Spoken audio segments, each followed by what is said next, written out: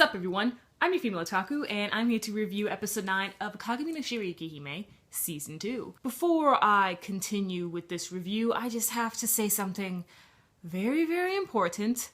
It's been slipping my mind for the past couple of weeks, but I really have to say this. Please stop asking where I watch Akagami no Shirayuki-hime.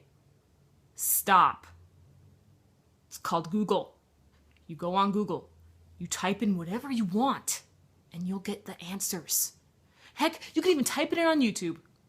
Okay? Just stop asking where I watch Akagami no Shirayuki-hime. And also, the rest of you viewers, please do not send illegal websites and give them the links. Don't do that. I'm sick and tired of seeing this. I'm not promoting illegal websites, and honestly, if you're going to use an illegal website, well, you go find it yourself. Okay, I'm done with it. If I see any more of that, it's going to be deleted. I'm done. Okay, after all that seriousness with this episode of Akagami no Shirayuki-hime Season 2, the gang didn't reach the castle just yet. They were caught up in a storm, and so they stayed over at a hotel. What took me aback for a little bit was that there was a bathhouse scene, and I was just all like, what? You don't expect a bathhouse scene in a shoujo romance, and you also don't expect a bathhouse scene in a fairy tale, because we all know that this is a fairy tale anime. So seeing a bathhouse in fairy tale like that, it didn't really make sense, because that's not in fairy tales. It didn't exist in medieval times and stuff like that. So it really took me back. But, it was quick or whatever. I know there's a lot of you Obi and Zen fangirls, so I bet you guys, you ladies or guys, enjoyed that man service there. What I really liked about this episode, well, there's numerous things that I loved about this episode, but the first thing that I gotta mention was Mitsuhide and Kiki. Now, I was one of the few people who never really shipped Mitsuhide and Kiki, but that's because I didn't really know them too well. I knew Mitsuhide pretty well, but not too much of Kiki, and I didn't really know how their relationship was, but they've been getting a lot more screen time, some separate and some together, and just hearing their conversations when they're together, it touches my heart. It's so adorable.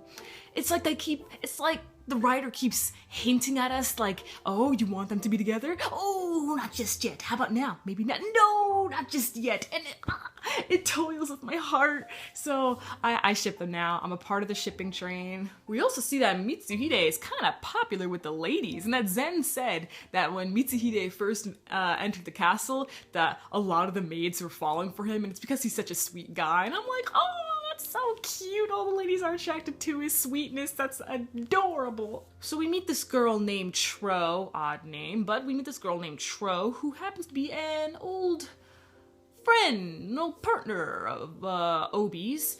And what was really nice is that Obi was the main focus of this episode and how he needs to be more self-aware, because we see that his friends care about him. And he doesn't really think about how his friends think about him. He said to Tro, when Tro was convincing Obi to come with her on this mission, and it'll only be for a night, he thought about the consequences and he's like, oh, I'll just get scolded, when much more than that happened. Zen and Kiki, Mitsuhide, and Shirayuki all came after him. And that did surprise me. I knew how much Zen cared about Obi, and I knew Shirayuki, she cares about everyone, but also seeing how much Kiki and Mitsuhide cared, that was pretty cool. They were the ones to first find out about this. They were the ones who figured out his location, and they were the ones who alerted Zen about it. So that really shocked me, and it really shows you the bond that these characters have, and that Obi needs to be more aware of that bond. And that was really nice to see. And Tro, she said that he's not even the same guy, who is he? And Obi's really happy with his new life, and he doesn't want to go back to those old days. And I'm happy for him. And once again, it's always sweet to have those lovely couple moments between Shirayuki and Zen when they were holding hands. They were blushing for a little bit, not looking at each other, and Zen, he was just just 10 seconds. I'm only gonna hold your hand for 10 seconds, don't worry. Zang. Aw, too cute. Too cute. And so concludes today's episode review. Catch me tomorrow as I review Princess Stride. I'm your female otaku. Sayonara.